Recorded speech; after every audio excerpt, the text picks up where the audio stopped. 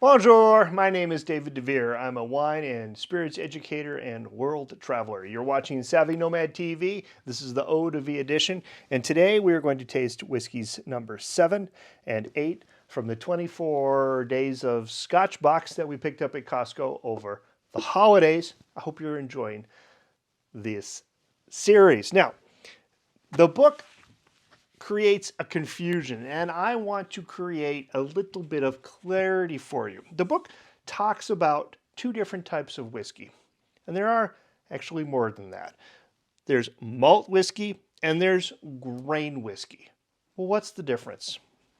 The difference is simple until you start adding a couple extra words to it. Malt whiskey is 100% barley.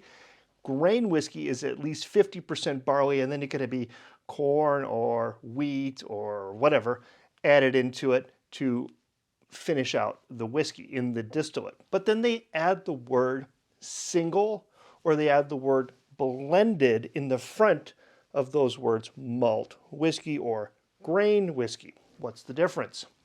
How can you have single grain whiskey when grain represents a collection of different types of grains? How could it be single?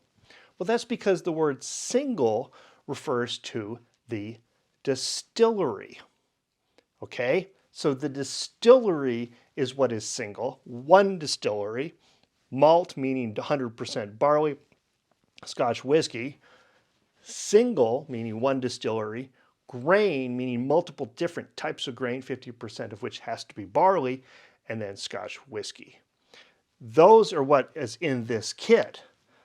But you can also have blended malt Scotch whiskey. What's that? It's 2 or more different distilleries, and then somebody combines the whiskeys together, but they are 100% barley.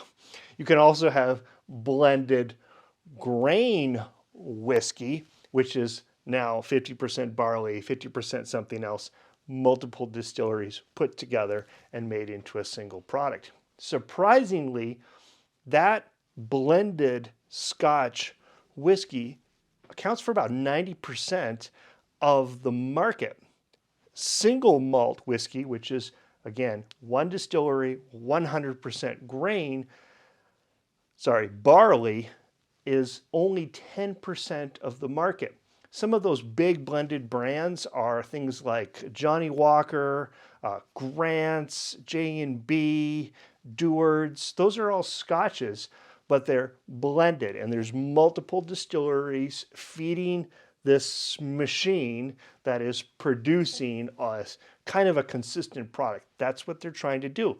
But I think that product loses a lot of its nuance that all of these single scotches, single distillery scotches have. And there's one other thing that I think is interesting. This goes back to why whiskey is spelled without an E or with an E. And that will be the topic for next week. Let's go taste some whiskey. Oh, you got an ice climber just starting in the background. Yeah. Okay. So today we are at Quarry Park in Duluth. This is where they actually farm ice. They make ice in this old quarry, and then the ice climbers come here in the winter, obviously, and climb the ice. Who farms ice? There are water spigots at the top of the park. Oh. And the water is turned on, and the ice falls in these ice falls. I thought you were so talking they can farm the ice. back in the day where people needed chunks of ice in their ice boxes. That's different. That would be farming ice That too. would work, yeah. But no, here they farm Okay. ice so they can climb the ice. Yeah, So it's pretty cool. That's where we are today, and you can see in the background, maybe, hopefully, you can see a climber just starting at the base, and they're going to go all the way up to the top. But we're here to drink whiskey in the wild. Whiskey in the wild. And so what have we got? Number 7? Number 7, age 15 years, Invergordon Distillery, first fill bourbon barrel. Notes of sugared rum, ripe Mirabelle plums, Oh, we had those in Mirabelle France plums. last year. We Those did. were delicious. Oh, and they make an eau de vie in France of Mirabelle plums. Which is quite really burns. 7 and 8. Also a nose of Bailey's, a cream, vanilla, toffee, and hot coffee. Bailey's, huh? Yeah. 15 year. 50% alcohol. Oh, okay. Eau de vie. Well, 15-year though, that should mellow out the burn of the really strong alcohol, perhaps. So, the palate says it should be sweet, almost liqueur-like. Yeah, I like that. Oily, caramel, Bailey's, marzipan, ooh, almond, and vanilla. A finish of menthol, honey, and bitters. Okay. So this Okay, sounds there you interesting. go. Okay, thank you. So I'll let Almost Sarah like it. sniff, and then I'll tell you what my first aromas were. Oh my gosh. It reminds me of that delicious eau de vie that is greenish. Please help me Chartreuse? out. Yes, it smells like chartreuse. I do which need a few hints does before I can smell help her out. Greenish? I don't know. Delicious liqueur. Now that's not much of a hint. Should I But go ahead and... I got really a strong aroma really of good. alcohol, rubbing alcohol, ethanol. Oh, it smells delicious. Okay, why don't you take a sip? Okay.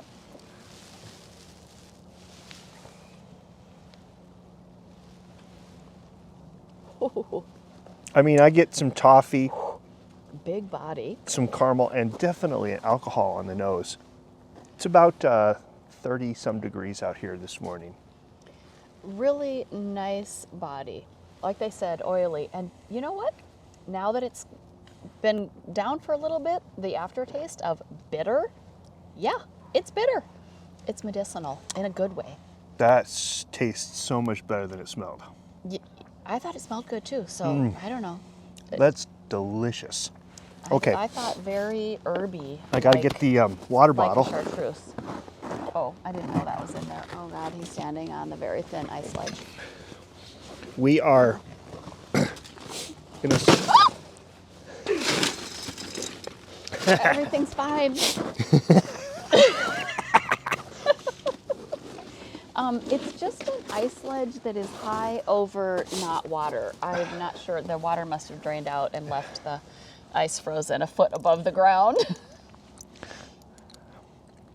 Whenever we're taking a walk and I slip, Sarah screams for me.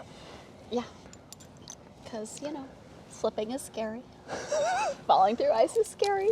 Nobody wants to fall through ice. All right. Okay, so now for science, we're trying it with the water. Does that change the aroma for you?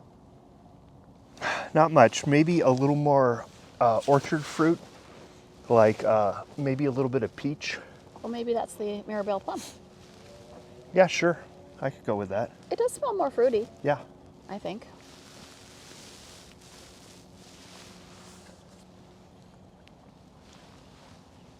Ugh, I didn't like it with the water. I liked it better without the water.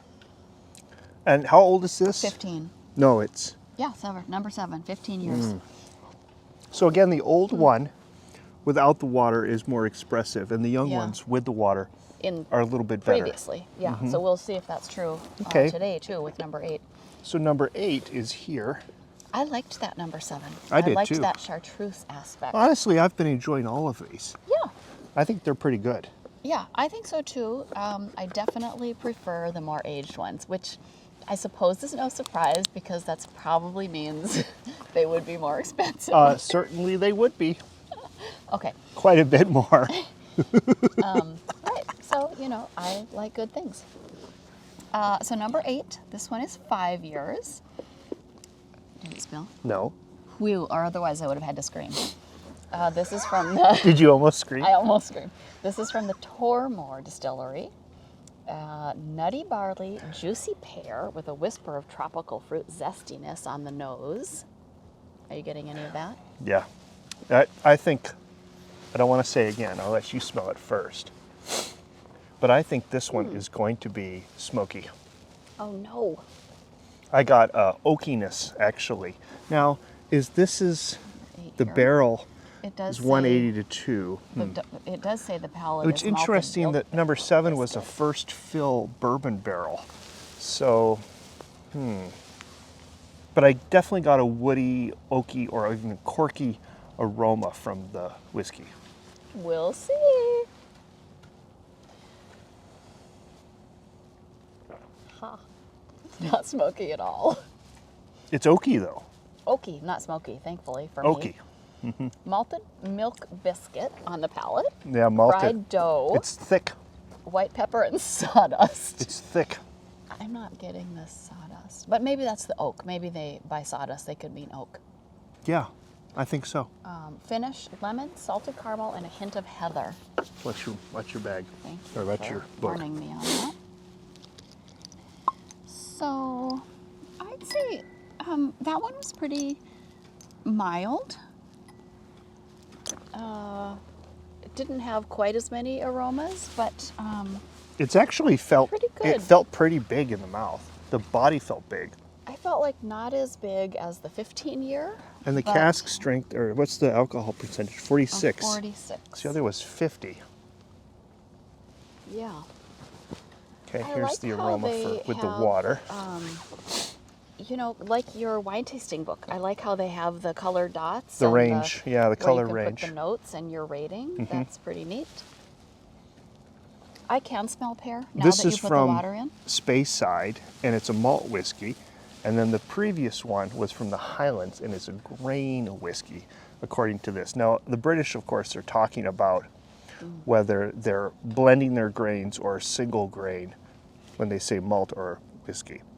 That's Oh, this is a great fruity aroma. way more pear now that you added the water. A lot more And pear. Opened up the fruit notes incredibly. Yeah, yeah. Very palatable with the water. Wow. I mean, not that it was unpalatable without the water, but I think that one benefited from having a little bit of the Yeah, water. so our very unscientific study here is starting to prove out that the young whiskeys are benefiting from the use of a little bit of water in them, and the older aged whiskeys, that just tones them down. It doesn't really richen them up.